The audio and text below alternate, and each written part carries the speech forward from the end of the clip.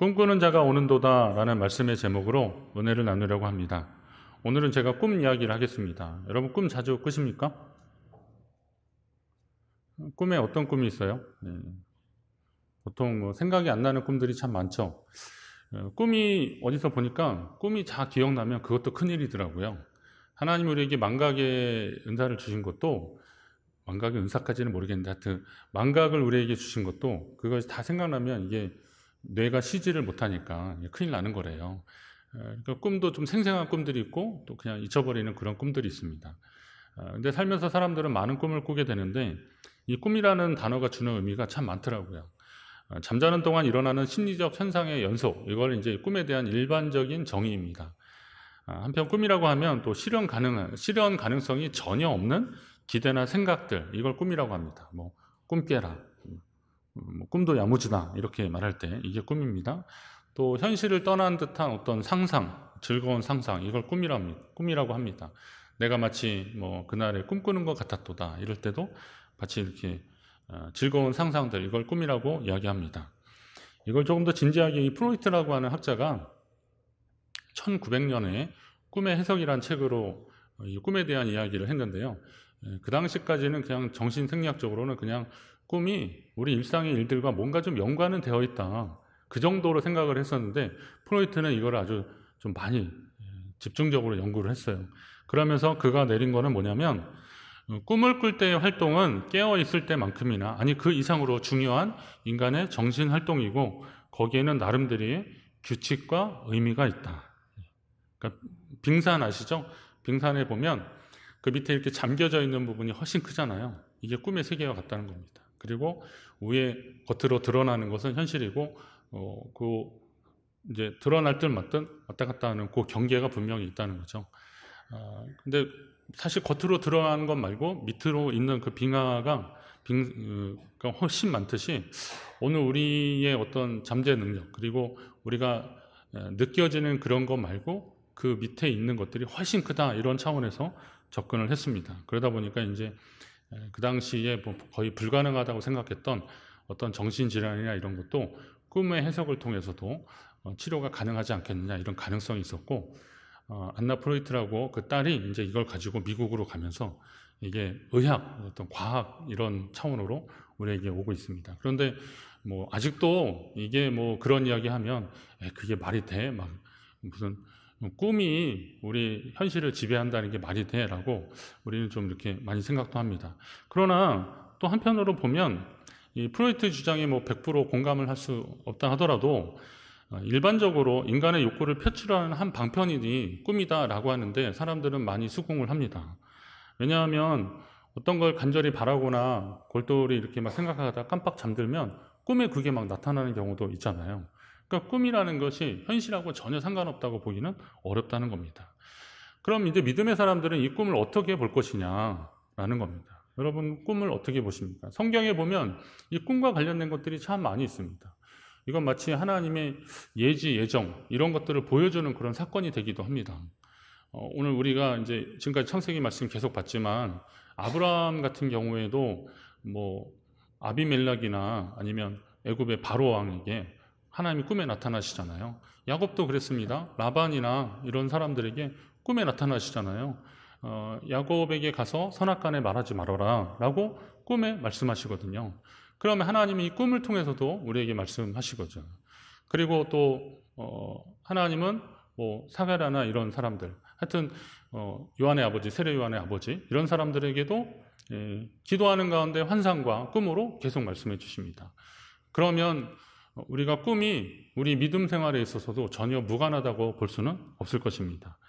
그럼 이제 제가 그 꿈을 어떻게 해석할 것인지에 대한 이야기를 하려고 하는 건 아니고요. 그럼 우리가 보통 생각하는 이 꿈들에 대해서 우리는 어떤 마음을 가지고 대해야 될 것인가? 자, 성경에서 꿈하면 누굽니까? 요셉입니다. 꿈꾸는 사람 요셉, 우리가 잘 알고 있습니다. 오늘 말씀은 이 꿈꾸는 사람 요셉에 대한 이야기를 하려고 하는 겁니다. 요셉의 꿈을 믿음의 관점에서 좀 살피면서 오늘 저와 여러분의 꿈은 안녕하신가? 여러분 다 꿈이 있을 건데 그 꿈이 안녕하신가 한번 좀 살피시고 하나님 기뻐하시는 꿈꾸는 자 되시기를 주의 이름으로 축원합니다. 우선은 누구나 경험하는 꿈이 있다 그랬습니다. 요셉은 정말 다양하고 많은 꿈을 꿨습니다. 요셉의 꿈을 좀 잘 보시면 이게 좀 특징이 좀 있어요. 요셉의 꿈은 뭔가 특별했습니다. 그 꿈이 뭐냐면 12아들 중에 11번째였던 요셉이 하필 그 꿈이 뭐냐면 곡식 단을 묶는데 자기 단에게 나머지 형제들의 단이 고개를 숙이더라, 절하더라, 이런 거예요. 그러면 그건 뭐예요? 누가 봐도 그 당시가 말하면 족장시대인데, 족장시대에서는 위계 질서가 아주 분명하던 시대거든요. 그러면 그 이야기를 듣는 형들은 기분이 좋아요, 나빠요? 저 막내, 제가 이제 가끔 말하는데, 요셉이 한동안 막내였잖아요. 베냐민 낳기까지. 그래서 이제 요셉을 옛날 막내라고 하는 겁니다. 자, 옛날 막내한테 다 절한다 그러니까 형들 입장에서는 기분이 나쁜 겁니다. 르우벤이나 시몬 이런 그 큰 형들은 요셉하고도 꽤 나이가 차이가 났을 거거든요. 그런데 그런 족장시대, 그것도 족장시대에 저 막내가 같은 요셉에게 다른 형들의 단이 절을 한다라는 것은 이게 좀 마음으로 용납하기 어려운 그런 상황들입니다. 그러니까 결국은 뭐라 그러냐면 내가 참으로 우리 왕이 되겠느냐, 참으로 우리를 다스리게 되겠느냐, 그러면서 그의 꿈과 그의 말로 인해서 그를 더 미워하게 됐다 그랬습니다. 요셉이 참 철이 없는 것 같아요. 그런 꿈이 있으면 그냥 속으로 생각하지, 이걸 또 내 말 좀 들어보라 그러면서 또 하는 얘기가 뭐냐면 내가 또 꿈을 꿨는데 해와 달과 11별이 내게 절을 하더라. 그거 들으면 형들이 뭐라 그럴까요? 저 또 시작했다고. 네 잘났다 막 그럴 겁니다. 근데 해와 달은 또 심각해요. 다른 별들은 형들이라 그러지만 해와 달은 이제 부모님을 말하는 상징하는데 부모님까지도 내게 절하더라. 이렇게 얘기하니까 야곱이 이제 요셉의 아버지 야곱이 이거 좀 위험하다 생각해서 그를 불러서 내가 꾼 꿈이 무엇이냐? 나와 내 어머니와 내 형들이 참으로 거기서 땅에 엎드려 내게 절하겠느냐라고 하면서 그에게 꾸짖고 그리고 다시는 그렇게 하지 말라고 이야기를 했겠죠. 자, 꿈은 어디까지나 꿈일 뿐이라고 그렇게 말씀하시는 분들이 많습니다. 하지만 앞에서 말한 이 프로이트의 꿈에 대한 이론으로 본다면 요셉이 그런 꿈을 꾸게 된 이유도 분명히 있다 이거죠. 그러니까 그 현실에서 고민하던 문제들 아니면 익숙한 것들이 꿈을 통해서 나타나는 거고 꿈에서 어떤 실현 가능성을 이렇게 좀 타진하는 그런 상황들이 있는 거죠. 자, 요셉을 잘 보시면 오늘 이제 지금까지 야곱에서 이제 요셉으로 넘어가는 그런 지점에 있는데요. 요셉은 야곱의 노년에 얻은 아들이라 그랬습니다. 이스라엘이 노년에 얻은 아들이었습니다. 그래서 여러 아들들보다 그를 더 사랑하였다. 그를 위하여 채색 옷을 입혔다라고 지었다 그랬는데 입혔다는 겁니다. 왜 그런지 아시겠죠? 이 야곱이 정말 사랑했던 라헬이라고 하는 여인들 사이에서 이제 여인 사이에서 낳은 아들은 도표를 보여주세요. 딱 두 아들밖에 없습니다. 요셉하고 베냐민. 처음에는 라헬하고 결혼하고 싶었는데 레아가 들어왔고 그 레아 사이에서 네 아들을 얻었는데도 야곱의 마음은 계속 라헬에게 있었던 겁니다. 그러니까 이 라헬이 자기하고 남편 사이에 아이가 없으니까 빌하라고 하는 자기 여종을 들여보냈고 또 그게 좀 시기가 나니까 레아가 실바라고 하는 자기 여종을 또 야곱에게 들여보냈고 그래서 계속 자녀들은 많아지는데 라헬과 사이에서는 아이가 없는 거죠. 나중에 레아는 하나님이 그를 좀 긍휼히 여기셨는지 또 이살간과 스불론이라고 하는 두 아들을 더 주시고 디나라는 딸까지 주셔요. 그러는 동안에도 라헬에게는 자손이 없었던 거예요. 그러다가 이제 하나님이 라헬에게 생명을 주시는 겁니다. 자, 이런 상황까지 됐으니까 요셉에 대한 야곱의 애정이 각별하다고 볼 수 있습니다. 그래서 그 아들에게는 채색옷을 지어줬다고 했는데 이 채색옷이라는 것이 저는 예전에 이 채색옷을요 좀 색깔 있고 화려한 좀 말하자면 비단옷 정도 이렇게 생각을 했는데 다시 말씀을 잘 보니까 그 원어 연구하면서 이렇게 보니까요 거기 채색옷이라고 할 때 이게 파스라고 하는 히브리어 단어가 사용되는데 이게 뭐냐면 옷이요 이렇게 바닥에까지 끌리는 그런 옷입니다. 바닥에까지 끌리는 옷. 당시로서의 사람들의 외투는 이 소매하고 무릎 정도까지 닿는 그런 외투라서 또 더운 지역이고 그러니까 그래서 활동성이 강조됐습니다. 뭐 필요할 때는 막 일할 때 이걸 뭐 소매에 걷어붙이고 일하잖아요. 그러니까 그럴 필요도 없이 그냥 일하기 편한 옷들이 보통 일반인들의 옷이었는데 이 파스 이 옷은 뭐냐면 바닥까지 닿은 그래서 그런 활동하기에 좀 쉽지 않은 옷. 이 옷은 어떤 사람들이 입는 거냐면 왕이나 귀족들 그런 사람들이 입는 관리자들 이런 사람들이 입는 옷입니다. 그럼 생각을 해보십시오. 12형제 중에서 11번째 동생뻘 아주 한참 밑에 동생인데 거의 막내나 다름없는 동생인데 이 동생에게 그런 옷을 입히고 다른 형들은 또 열심히 일을 해야 되는 그런 상황들 형들이 좋아하겠습니까? 꿈 얘기 아니더라도 이거 좋아하지 않는 거예요. 그리고 또 그 아들들 중에서 자기 엄마 친모가 그 아버지 야곱의 마음을 얻기 위해서 애썼던 이야기들을 들었기 때문에 그 나중에 보면 르우벤이라는 사람이 첫째 아들이 엄마를 생각해서 합판채를 엄마한테 갖다 줘요. 그래서 그 합판채라는 것은 이제 남녀가 이렇게 합방을 할 때 필요한 뭐 그런 것을 이제 상징적으로 의미를 하는데 그걸 줄 정도로 엄마를 그렇게 생각하는 거예요. 르우벤이 그럴 정도였거든요. 그러면 그거를 알고 있는 자녀들 그런 자녀들의 관점에서는 아버지의 이런 마음 씀씀이가 이거 마음에 안 드는 거고 그리고 그 대상이 되었던 아버지가 사랑했던 그 요셉에게는 더욱더 괘씸한 생각이 들었던 겁니다. 그래서 그 형들은 좀 미워했던 건 당연한 건데 근데 꿈이라는 건 이제 요셉의 관점에서는 아버지가 그렇게 사랑했으니까 자기를 그렇게 위해줬으니까 곡식단이 자기에게 절하거나 다른 11별들이 해와 달과 11별들이 자기한테 절하는 것은 꿈에 나타날 법한 그런 일들이었던 거죠. 자, 이거는 그냥 꿈이었습니다.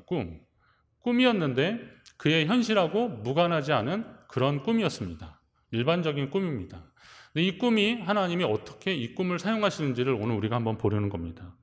성숙하지 못한 인간의 꿈을 저는 이제 야망이라고 규정을 하면서 꿈과 야망과 비전에 대한 하나님 안에서 믿음 안에서 성숙해진 꿈을 비전이라고 보시고 그러면 일반적인 꿈과 그리고 성숙하지 못한 꿈은 야망이라고 보시고 그리고 믿음 안에서 성숙해진 꿈을 비전이라고 보는데 이제 요셉이 꿨던 꿈은 그냥 일반적인 꿈이라고 치고 이것을 어떻게 보느냐가 따라서 이게 비전이 될 수 있고 야망이 될 수 있다는 겁니다. 아들들 사이의 갈등은 야곱이 살아온 흔적입니다. 여러분 자녀들이 만약에 다투는 자녀들이라면요 그거 여러분이 살아온 흔적이라고 좀 생각을 하십시오. 가끔 저희 아이들도 막 지들끼리 막 싸울 때 아유 내가 애를 잘못 키웠구나 이런 생각이 막 들 정도니까 자 이스라엘이라고 하는 이름을 얻기 전 야곱이라는 이름으로 살 때 그가 가졌던 인간적인 동기들과 삶의 모습들이 아들들 사이에서 그대로 나타나고 있는 겁니다. 아마 요셉이 꿈 얘기를 하지 않아도 형제들은 요셉을 아까 같은 그런 이유로 미워했을 것입니다. 그리고 그 아버지에 대한 섭섭함이 요셉과 베냐민에게 이렇게 투사된 거죠. 그래서 그가 무슨 꿈 얘기만 하면 저거 또 시작했다. 우리가 뭐 너가 우리의 왕이 되겠느냐 이렇게 하면서 요셉을 아주 구박을 하고 면박을 주는 겁니다. 자, 요셉을 미워하는 형들의 모습 이거 야곱이 모르지 않았잖아요. 그러니까 그 다른 별들이 내 별에게 나에게 절을 했다는 그 이야기를 듣고 그 아들을 꾸짖는 거예요. 이거 위험하다 생각해서. 그런데 위험하다고 하면서 그를 꾸짖었지만 야곱 입장에서는 요셉을 미워하는 형들의 모습을 통해서 자기 인생 가운데 있었던 한 사건을 보게 되는 거죠. 그거는 자기 형 에서의 모습을 보기 시작하는 거예요. 그 형제들에 의해서. 에서는 아버지, 어머니의 사랑을 제대로 받지 못했습니다. 뭐 태어날 때부터 그랬고 특히 어머니 리브가 같은 경우에는 야곱을 귀히 여겼습니다. 근데 제가 그때 그 설교할 때는 제가 놓쳤는데 다른 책을 보면서 제가 봤는데요. 이 야곱이 장막에 거하는 자다라고 했던 그 대목이 장막에 있는 사람이라는 게 이게 뭐 내성적이고 얌전해서 바깥 나들이 안 하고 그냥 집에만 있는 그런 정도로 생각하면 안 되고요. 이게 보니까 그 장막에 거한다는 것은 하나님의 말씀을 읽고 묵상하면서 살아갔다라는 그런 표현이더라고요. 보니까 그런 관용적 표현입니다. 그게 히브리 관용적 표현이더라고요. 그러니까 야곱은 그런 삶을 살았던 거예요. 가뜩이나 하나님이 주신 큰 자가 작은 자를 섬길 것이다 라고 하는 그런 예언의 말씀도 있고, 또 야곱이 자라나는 거 보니까 정말 하나님 말씀을 묵상하고 잘 살고 그러니까 리브가가 엄마가 그에게 계속 마음이 가는 거예요. 근데 저 에서는 어떻게 해요? 활동적이니까 한번 나가면 며칠씩 들어오지도 않고, 사냥했다고 해서 뭐 사슴 메고 오고 그러는데 엄마 입장에서는 제가 어떻게 되려고 그러는지 걱정이 되고 막 그러는 거예요. 그러니까 동생에 대한 마음이 더 있는 것을 아는 이 에서로서는 마음이 답답한 거죠. 나도 그 사랑 받고 싶은데, 나도 그 사랑 관심 받고 싶은데, 이게 이게 이제 충족이 잘 안 되니까 에서가 했던 것 중에 하나가 사고를 치는 거예요. 그래서 헷 족속의 여인들과 결혼하기 시작합니다. 이게 에서의 마음이에요. 청소년 상담 사례 이렇게 제가 보니까요, 아이들 중에서 다 그런 건 아닌데 일반적인 그 패턴이 있더라고요. 아이들이 뭔가 이렇게 좀 사고를 치잖아요. 그거는 사실은 나한테 좀 관심을 가져달라는 얘기예요. 옛날에는 울면은 엄마가 달려오고 뭐 기저귀도 갈아주고 뭐 젖도 물려주고 막 그랬는데, 이제 좀 자라면서 잠깐 점점 멀어지잖아요. 그런데 그런 부모나 선생님이나 내 주변에 있는 분들이 나한테 관심을 갖는 방법 중에 하나가 내가 뭔가 일어나면 되는 거예요. 무슨 일이 일어나면 되는 거예요. 그러니까 뭐 사고가 치면 평소에 뭐 학교에 한번 오지도 않는 엄마 아빠가 막 달려오고, 내 이름이나 알까 몰라 하는 그런 선생님이 내 이름도 불러주고, 또 상담 선생님도 붙어주고 막 그러니까 이게 뭐라도 좀 된 것 같은 그런 마음들. 철부지들이죠. 그렇지만 하여튼 그런 심리가 분명히 있더라고요. 그렇게 된 겁니다. 지금 에서의 그 삶의 모습에서도 그런 모습이 보여지는 거죠. 그렇게 해서라도, 그렇게 하면 아버지가 자기 이름을 한 번 더 불러주겠지. 그렇게라도 하면 동생 야곱만 보고 야곱에게만 웃어주던 엄마가 내 손 한번 잡아주겠지. 이런 생각이 에서에게 있었던 겁니다. 그 출생 그 순서에 따라서 성격 유형 이렇게 분류한 게 있는데, 뭐 이게 다 맞는 건 아니지만 그래도 나름 이해가 됩니다. 자녀를 키워보신 분들이나 아니면 자기가 자라났을 때 형제들 사이에서 아주 치열하게 사신 분들은 이해가 나는데, 뭐 요약하면 첫째는 책임감, 둘째는 뭐 생존 능력, 셋째는 막내로 본다면, 셋째는 자유로움, 막 이런 것들이에요. 그래서 첫째는 항상 네가 큰애니까, 네가 첫째니까 이런 소리. 제가 첫째거든요. 그러니까 저는 사실 이 책임감에 있어서는 어떻게 하든 잘하는 거예요. 네가 잘해야 된다. 뭐 네가 동생들한테 모범이 보여야 된다. 이게 항상 저한테 있었습니다. 둘째는 사실 그건 저한테 부담되는데, 둘째는 첫째가 어떤 부담을 가지는지 모르고 일단 아빠나 엄마는 첫째만 가지고 그러니까 나는 자꾸 소외되는 것 같으니까 내가 뭐라도 해야 되는 거예요. 그래서 사실은 둘째들이 공부를 잘해요. 잘 보시면 첫째보다 둘째들이 공부를 훨씬 더 잘해요. 물론 예외는 있습니다. 뭐 똑같이 적용하지는 마십시오. 둘째들이 악착 같아요. 안 지려고 그러고 안 뺏으려고 하고, 그러니까 안 뺏기려고 하고 막 그러는 겁니다. 셋째는 뭐예요? 한 발짝 딱 떨어져가지고 첫째, 둘째를 초월한 아주 자유로운 삶을 사는 거예요. 자, 그런 삶이기 때문에 자녀들 가운데 그런 것들은 다 있는데, 혹시나 자녀들 가운데 이런 그 관계성에서 좀 틀어져가지고 힘들어한다 그러면 사실은 더 돌봐줘야 되는 거예요. 그 과정 속에서 충분히 애착관계가 형성되지 않거나 정서적으로 불안해지면 이게 이제 다시 이상 행동으로 자꾸 나타나고 그렇게 되는 겁니다. 그런 것을 형 에서를 통해서 깨달았는데, 지금 아들들을 보니까 지금 그런 일이 벌어지고 있는 거죠. 야곱의 마음이 어땠을까요? 이러면 안 되는데, 이게 우리의 삶에 다시 반복되면 안 되는데, 이런 상황들이 이해는 되지만 그럼에도 불구하고 사람은 자신의 감정과 본능대로 살면 안 되는 것은 또 분명합니다. 뭐 노래 가사는 대로 느끼는 대로 마음 가는 대로 행동하라 그러지만, 내 인생은 나의 것이라고 하지만, 그러나 그런 삶의 결과가 어떤 것인지는 우리는 경험적으로 잘 알지 않습니까? 본능에 충실한 삶은 하나님과 거리가 멀어지는 것이 필연적이더라고요. 인간의 본능에 충실한 삶은요, 노아의 때 하나님을 그들의 생각과 마음이 악한 것을 보시고 그랬어요. 그냥 본능에 충실한 사람은 그냥 악한 거예요. 생각과 마음이 다 악한 거예요. 그러니까 그렇게 충실한 삶을 살아서는 안 되는 거죠. 시편 37편에 보니까 내 길을 여호와께 맡기라라고 하는 표현이 있습니다. 그를 의지하면 그가 이루어 주신다는 그런 표현이 있어요. 여러분 믿으십니까? 자, 하나님께 여러분의 길을 맡기라는 거예요. 근데 성경에는 맡기라고 할 때 너의 염려도 주님께 맡기라고 그러고 너의 짐을 주님께 여호와께 맡기라고 베드로서나 아니면 시편에 이런 표현들이 계속 나옵니다. 너희 짐을 여호와께 맡기라. 그런데 이상하게 사람들은 염려하고 짐은 맡기는데 삶은 맡기지 않으려고 그러는 거예요. 참 신기하죠? 이 일배반적이죠? 염려와 짐은 하나님께 다 맡기라는 데는 다 아멘 하는데 너의 삶을 여호와께 맡기라라고 할 때는 그래도 제 삶이 있지 않을까 이런 혹시나 하는 마음을 가지고 있는 겁니다. 여러분 염려와 짐만 맡겨서야 되겠습니까? 여러분의 삶의 전부를 하나님께 맡기시기를 간절히 바랍니다.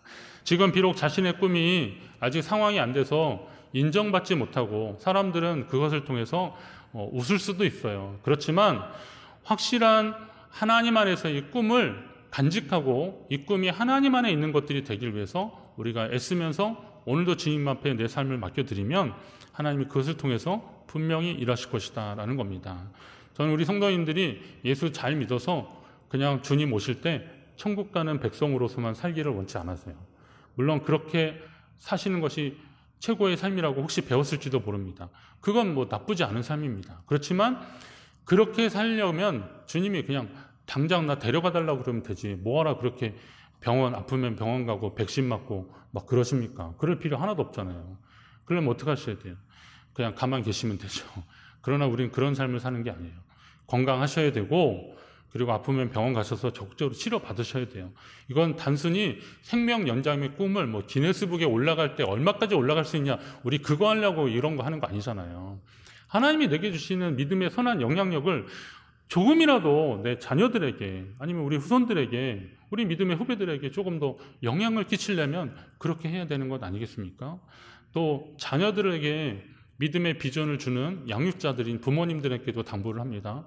그 아이들이 어떤 학교가 목적이 아니라 그들이 어떤 직업이 목적이 아니라 그것을 통해서 하나님 주신 꿈과 비전을 어떻게 이룰 것인지를 그 아이들한테 가르쳐 주지 않으면 그거 이루고 나면 실망하는 겁니다.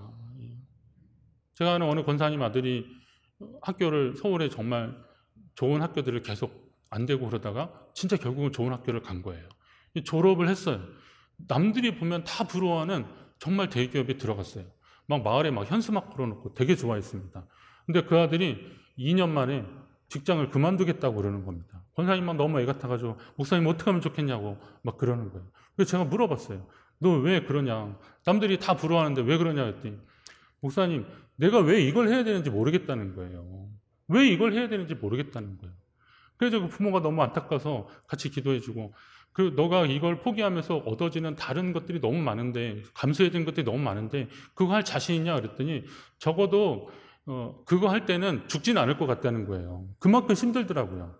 그런데 하나님이 또 긍휼히 여겨주셔서 그 친구가 좋은 배필을 만나니까 이게 다시 해보게 되더라고요. 지금은 그냥 아이 낳고 잘 살고 있긴 한데 근데 그거 보면서 제가 이 성공이라는 게 세상으로 말하는 성공이 진짜 성공이 아니구나. 우리는 하나님 앞에서 이 비전을 가지고 믿음의 성공을 향해서 애쓰는 사람들이 되어야 되지 세상적인 거 가지고 아무리 많이 누린다고 해서 그것이 내 삶의 영적인 풍성함을 채워줄 수 있는 것들은 아니다라는 거죠. 그러면 이제 우리에게 분명한 목표가 있습니다. 내 꿈이 사람들 사이에서 어떻게 보여질지 모르지만 이것이 주님 안에서 검증된 것이라면 그리고 주님이 주시는 약속들이 계속되는 것이라면 우리는 이것을 통해서 더 영향력 있는 하나님 백성의 삶을 살 수 있을 것입니다. 오늘 저와 여러분 우리 모두가 하나님 안에서 이 꿈이 비전이 되고 사명이 되는 삶 그것을 향해서 믿음으로 달려가는 오늘 그리고 여러분의 삶이 되시기를 간절히 바랍니다.